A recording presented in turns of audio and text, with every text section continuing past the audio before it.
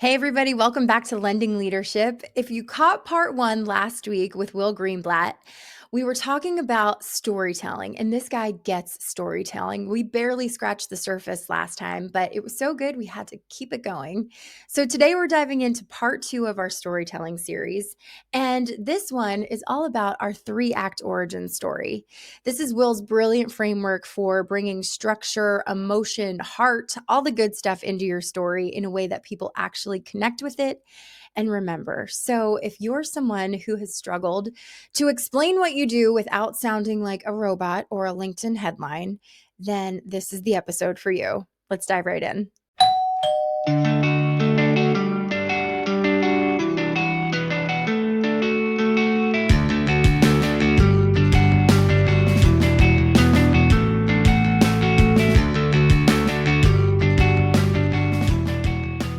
So, after that sobering detour into the dystopian future we're heading towards, let's look backwards and let's look at the three-act origin story, the structure. So, Corinne, you basically nailed it. I'm just going to give you the language that I use for it. It's not like I invented the three-act structure. It's not like I invented this kind of shape. I just gave my own twist to it based on the way I was telling my story. Okay. And so I call it Act 1 is childhood origin. Act 2 is youth awakening.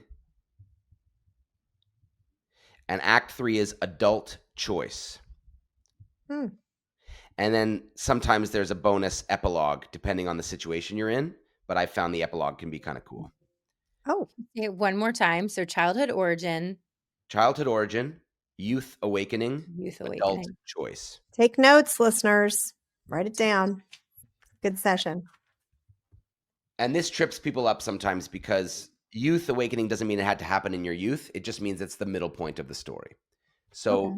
I work with some people who are in their 60s or 70s and they go, well, I've had like 7 careers. How am I supposed to choose? Like my youth awakening was like not relevant anymore. And I just go, well, you just find the one that makes sense for the story you're telling now. So, if your youth awakening could have happened last year where you finally realized you wanted to quit that your old career and start your new one. So that's your youth awakening, maybe. So, these are just ways of thinking about beginning, middle, and end. So childhood origin, we talked about this earlier. Why do you guys think we should start in the childhood? Well, I mean, I know I'm not a psychologist, but I feel like I've heard enough from psychologists that there's a lot that happens to you in your childhood that then affects your later life, whether it's conscious or subconscious. Your relationships, your environment, your experiences. I think that might be why we're starting there. That's my guess. Yeah. I mean, that's the main reason to me. I touched on the other reason, but Rachel, do you remember what I said about that? The other reason why we would start in childhood? Maybe I don't remember exactly what you said, but maybe because we've all been children at some point. Oh, Like, Yeah. yeah, we've all yeah. been Everyone has. Yeah. there. If you made it here, you had to have a We starting were point. we were Good, bad, kids. or Yeah, ugly. that's right. It's an equalizing experience, childhood. I mean, obviously, not everyone had the same childhood, but everyone was a child and a tiny person in a big world. They do a lot of work in therapy on like inner child work, and it may sound a bit kind of wacky to some people, but I've done a bit of it myself, and it's pretty powerful. Just of like going back and remembering yourself as a child, trying to honor so many of the reasons why you are the way that you are is because of things that happened to you as a child, there's a lot of forgiveness that comes from that. There's a lot of compassion for other people that comes from that. So that's a big part of it too. Is like I saw Donald Trump's child picture the other day. And full disclosure, I don't like that guy. You can cut this if you want to keep this apolitical. But even seeing his picture, a guy who I'm like sick of hearing about, I don't like at all. I saw his childhood picture. I'm like, he's a human being. Like it just struck me. So, like, even, it's easy to paint him into a monster. And, a lot of the shit he does is awful. But he's still a human. And we all have to wrestle with that. That a human being can be this figure, but they are not unhuman. They are human, and we have to realize that. So when we see each other's baby pictures, we just soften towards one another, and we just Yeah. go, oh man, yeah. Because then it's like getting mad at a child in a way, and so you relax. And I call it the baby picture effect. I have no science to back this up, but I feel like when you see someone's baby picture, you you soften towards them and you feel more familiar and even loving in a way towards them. Okay, so baby picture insert here. Corinne, Yeah. you're gonna Oh, that would okay. be great. I have baby pictures I can find. We'll send Yeah. you one. We're gonna pop it in right And Oh, here. so I love that. That's cool, Rich. you Good can go call. baby or you can go just, child. Like when I do my Good. workshop, I usually start with myself at like 6 years old wearing a Blue Jays hat because I'm like, the Blue Jays was a big part of my Yeah. childhood memories. But it's not infant picture, like Yeah. baby picture. It's like childhood picture. Okay. So basically, when we think about the childhood origin, we want to think about this as like a snapshot of your beginnings. Because that matters, as for all the reasons we've just talked about. The reason you are the way that you are is in large part due to where you're born, the type of family you were born into, the type of neighborhood you were born into, the country and the city you were born into, the social class you were born into, the economic class. Like all of these things will shape a human being. So if we just get a quick snapshot of that for the story, it really helps us understand a bit more about you. So let's do this with you guys real quick. One or two sentences, Oh, or three or four, but like just brief for now. What's your snapshot, Corinne? Like city, family, where are you from? okay. Suburbs, Bucks County, outside of Philadelphia. Middle class, exactly as you described, comfortable enough, but not at any means or stretch as wealthy. Grew up in an area that was a lot wealthier than my family was. Gotcha. Yeah. Um, two parents that are still married and alive today, and an older brother, and a nice suburban house in the suburbs. Okay. You So wanted me to say it 2 already, or 3 sentences, so I didn't go any further. that's lovely. So already, Rachel, if I turn it to you, I assume you kind of knew that more or less about Corinne, or is any of that new information? More or less. I mean, probably not the nitty-gritty, but like I knew the general area because we live in the same general area. But that's pretty much it. Did did the thing of Corinne saying that she grew up middle class, comfy but not wealthy, and definitely not as wealthy as the people surrounding her, was that new information to you, or at least deeper than maybe you'd heard it said? Yeah, because that's not something you really talk about as adults. Like, oh, what Yeah. was your social setting? Well, what was your parents' tax bracket growing up? Yeah. Like, you don't really talk And about. isn't that interesting? Because to me, that was the most interesting part. Because that's the human part. That we're getting into emotions. We're getting into, oh, how does that feel? And and the great thing about stories is when you get emotional, when you talk about the emotional impact of a story, or you go into something that is kind of clearly has an emotional impact, people just start going either yes, me too, or wow, I've never thought about Different. it before. More, And yeah. both are very valuable to an audience. So yeah, that's beautiful, Corinne, and I really like that. Now, here's a little trick. This is just a storytelling tactic. Okay. If you say two parents who are married and who are both still married and alive today, in a funny way, it's almost like giving away the ending.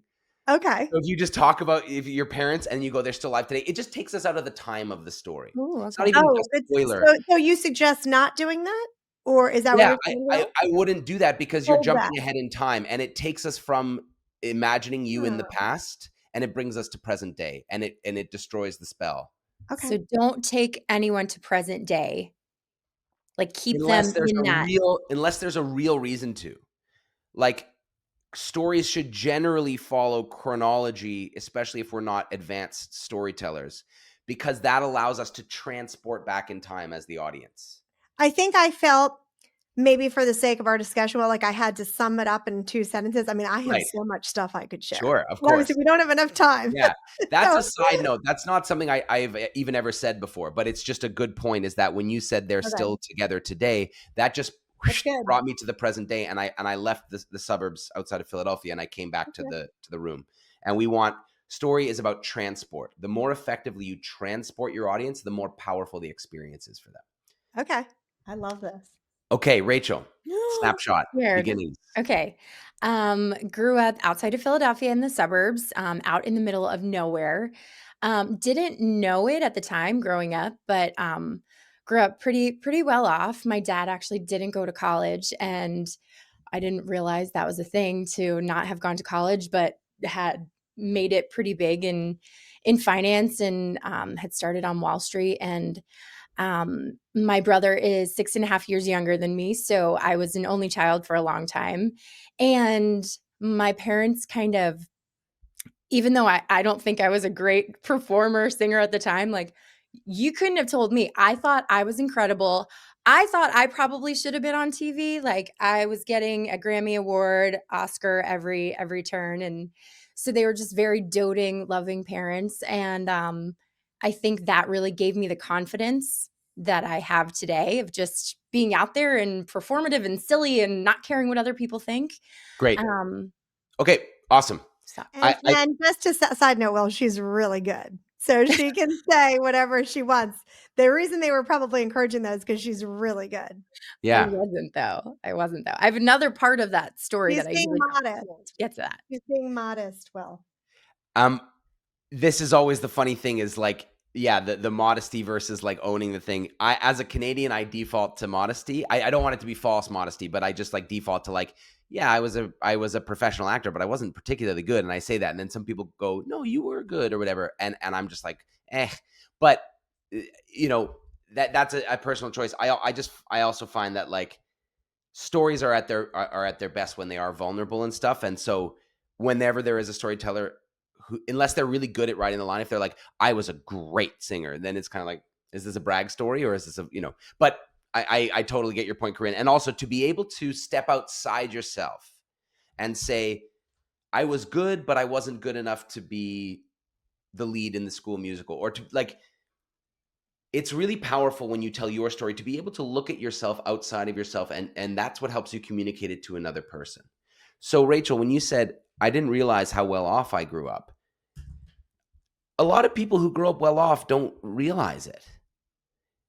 And they don't realize how much worse everyone else has it. Mhm. And that's why a lot of people get frustrated with this concept of like privilege. Is they're like, you've got it great, and you still complain, or you're not grateful for it or whatever. Like, so people can kind of get hung up on that. So when somebody tells a story of like, yeah, I grew up like quite well off, and I had these great um, advantages and blessings, and whatever, however you want to frame it, that makes us like the storyteller, because we go, you have some self-awareness and you have some perspective, and that's a good thing as a storyteller. So I really like that. And then the concept of your parents, the loving and the doting was lovely, and the performing. And then the brother. I often ask about siblings, birth order, family dynamics, because those are also very, very important. That's another thing I learned from Armchair Expert. They always ask about that. Siblings, birth order. It's also a great jumping off point for conversation as well. Yeah. So if I had to summarize the snapshots of your twos' childhoods, grammar's hard. Me talk pretty. Yeah. Corinne, suburbs outside Philly, comfy but not wealthy, less well off than the people around you. Mm-hmm. And then, forgive me, parents still together. Did you mention siblings? Yes, I have an older brother. He's Older brother. 3.5 years older than me. 3.5 years older than you. Then Rachel grew up in the middle of nowhere. That's interesting already. That's a visual language. That's evocative language. I'm picturing somewhere very remote, and that's quite interesting.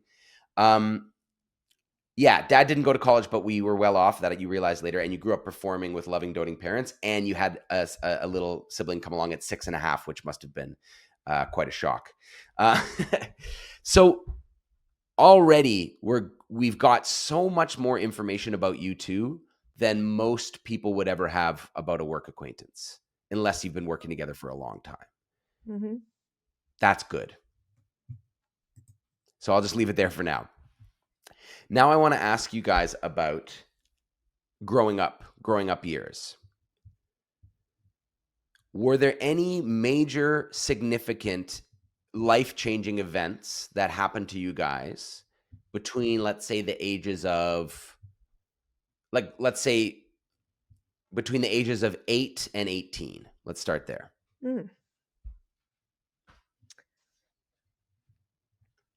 I was pretty fortunate to not have a significant tragedy that I can recall or speak about that I feel impacted me. Yeah.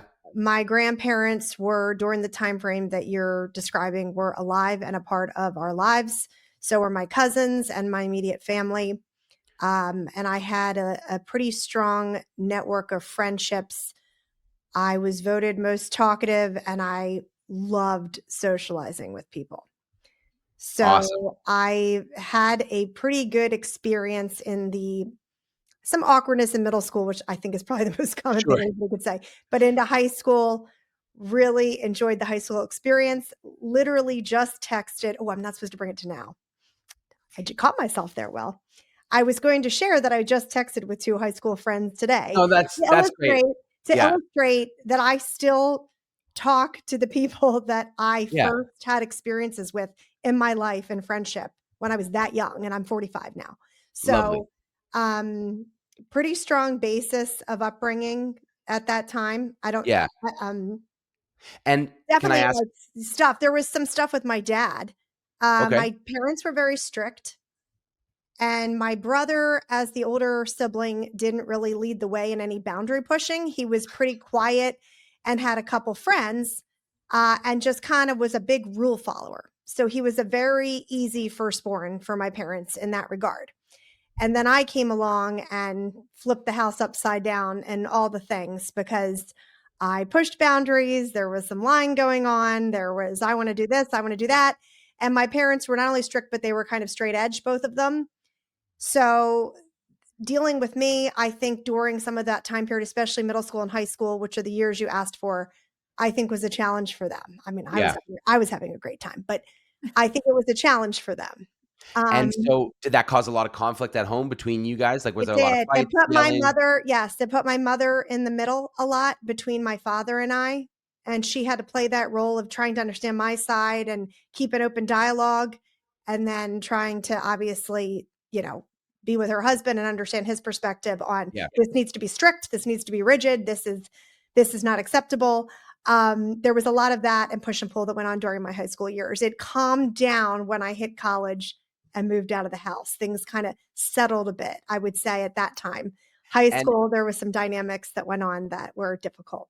gotcha. And Rach, I'm just going to stay with Corinne for now because I think This that is we're fun. getting close to something. I know. I wish we It could just do it this seems every day with Will. I'm feeling all the warm and cozies right I now. don't I'm wanna I like, don't wanna jump in. I don't wanna jump in and ruin the flow, but I got ideas here.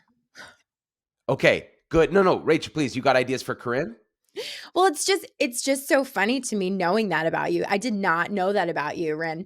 And so knowing you as a leader in our organization now and how you run things, like you not that you run a tight ship where you're micromanaging, but you are a strong leader and you have very clear demands of people and you hold them accountable and you're not just like peace and love, baby. I mean, like when we're out and we're hanging out after a work event, then it's like, a different side comes out, which obviously in any kind of, I don't know, work environment it should.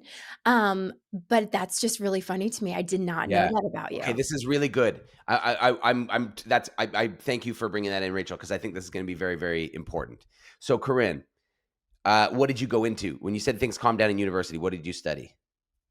I was a journalism major. So Journalism when major. you were talking about writing and a blank page and human thought, I had all the feels Yeah. during that moment, Will, because I am enjoying learning about AI. I'm excited about it saving time for me as a professional, and it gets me closer to where I need to be with projects that I just need to get done with just the heavy load of work that goes on in the mortgage business. Sure.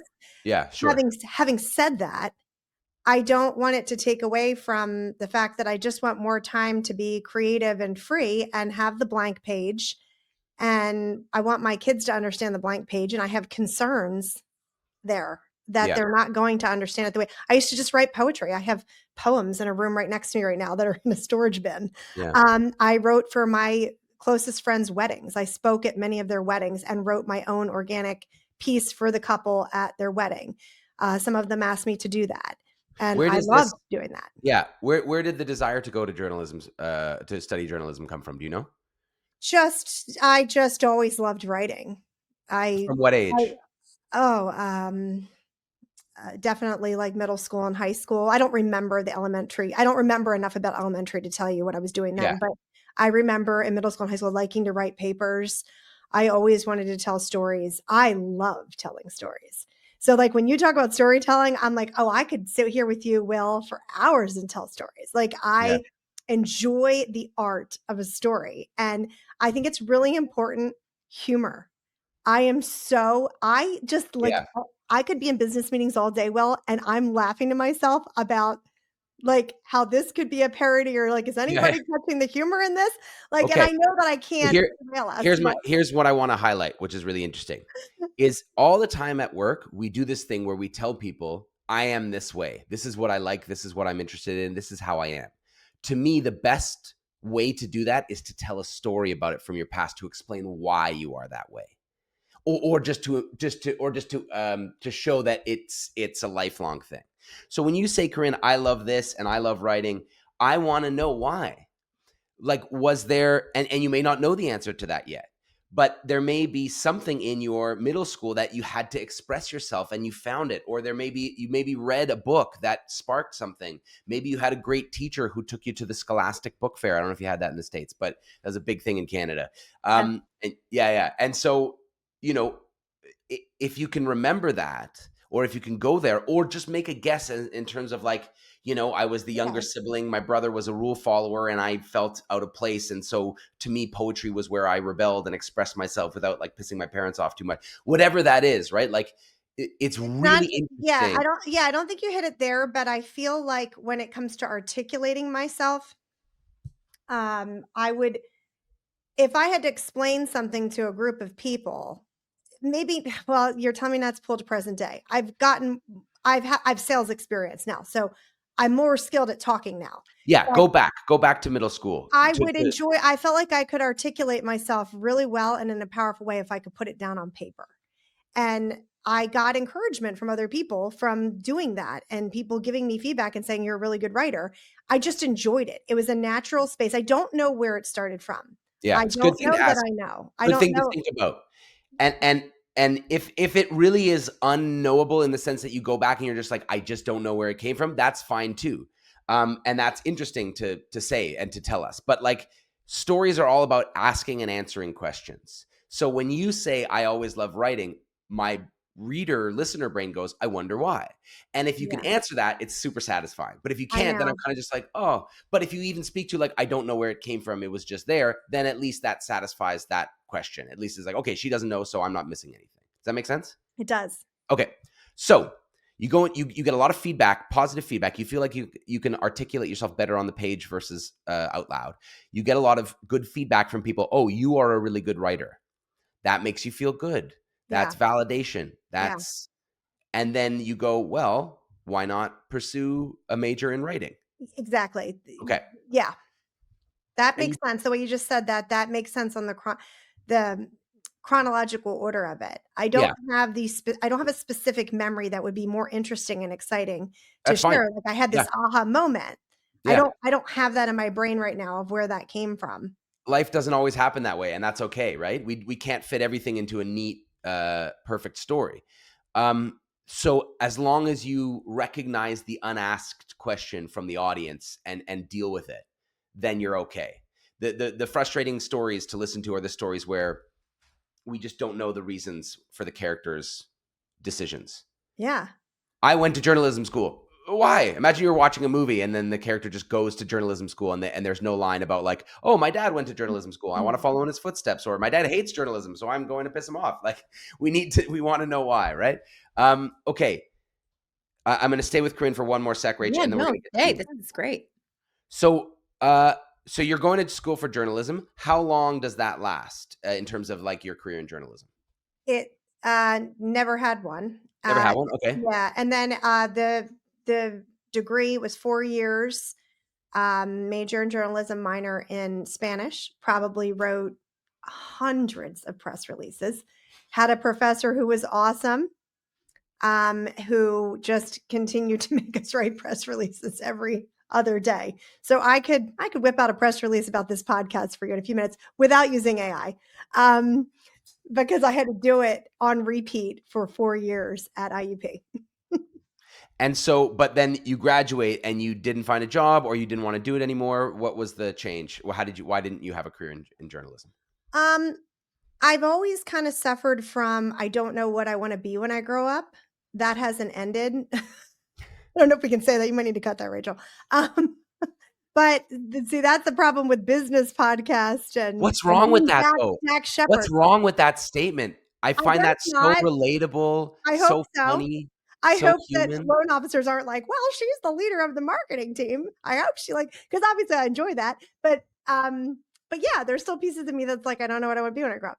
I love So that. was just networking and looking for jobs out of college, and it was based on where I moved. And I ended up getting more into sales right out of the gates and had some skill sets that led to that. And Do you think I'm abstract. I've always been a little abstract. Like, well, maybe I would like that too.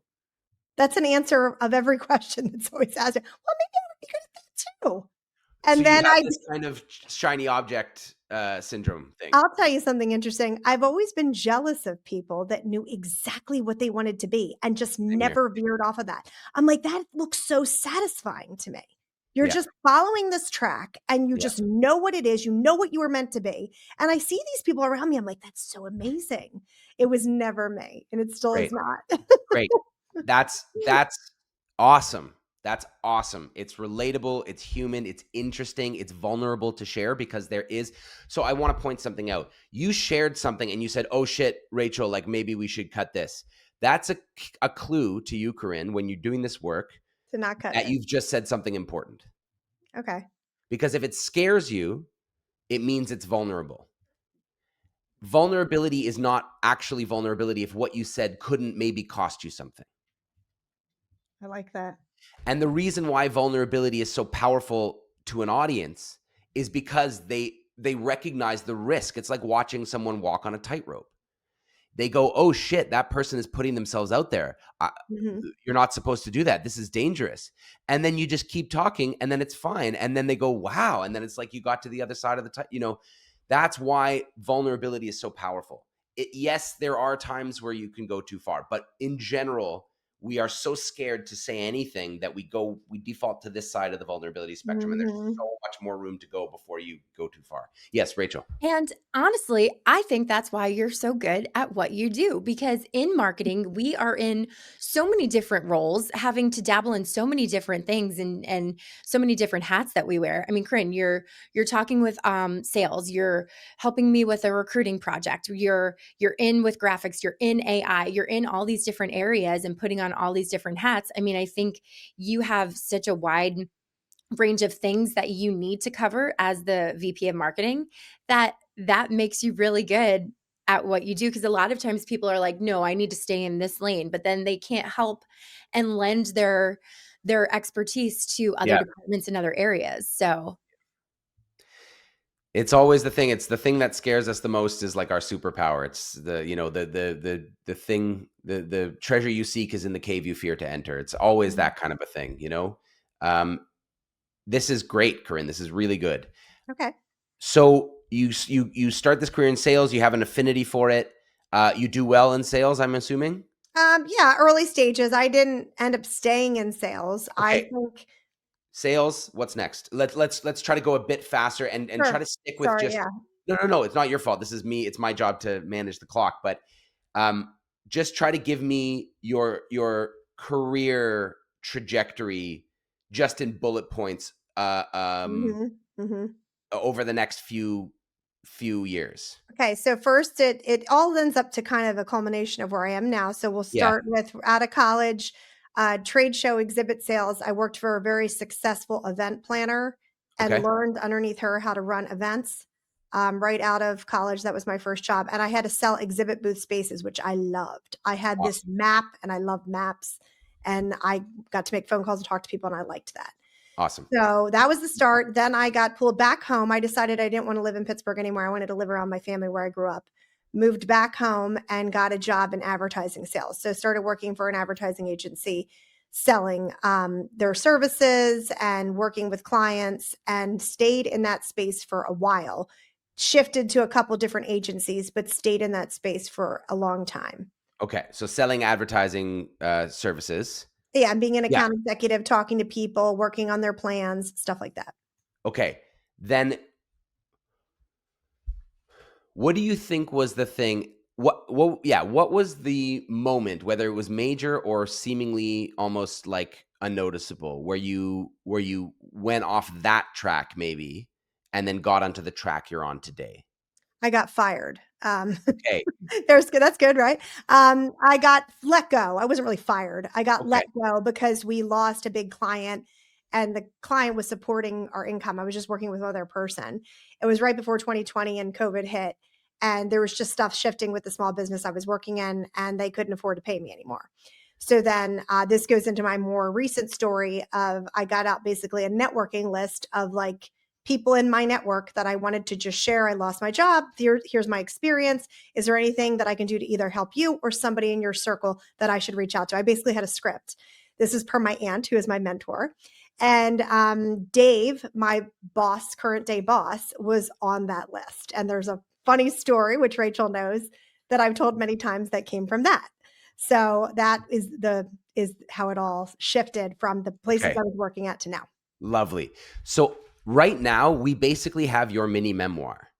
Mm-hmm. And now it's about massaging it, like, and smoothing out the edges, smoothing, if that's a word, into a basically 3-act story that Okay. you can start to repeat, not in the same words, but in the same structure again and again and again. When you know, like, there's this part of my life, and then obviously a shit ton in there that I'm not telling you about, but that can kind of just fill in the snapshot. Then there's this turning point, and then there's, some stuff that happens in here, and then I met Dave, and since then, here's what happens. Like, that's kind of what we're trying to get to. Childhood, turning point, and then what brought me to today. And That's is it interesting? Like, well, yours was here's really how we make it. interesting. Here's how we make it interesting. A story is made interesting by repetition, by surprise, by stakes, high stakes, by tension and release, by emotional insight, by quirkiness. Like, there's so many ways to make a story interesting. And it's how Seinfeld was able to be popular, even though the premise of the show is that it's about nothing. It's how, like, movies like Manchester by the Sea, or Richard Linklater films like what's the famous one with Matthew McConaughey and all the Dazed and Confused. Dazed and Confused. All Yeah, right, just all right, all it's just right. it's a high school party, and yet It's there's so much to it. fantastic. Yeah, Yes. who would have thought, oh, I want to watch a movie about a bunch of kids getting drunk and high? But it's amazing, right? And so the way that they do that is by introducing themes that that recur, or introducing patterns that then get broken, or like that's how you make something interesting, and touching on things that matter to people, whether that's nostalgia or grief or redemption, or whatever, love, all these things that make us care. Of course, I know, I'm sorry, I'm cutting it again right where it gets good, but what can I say? We like a little suspense around here. So, we've talked about why storytelling matters. We've learned the 3-act origin story and the framework, and next week is where it all comes to life.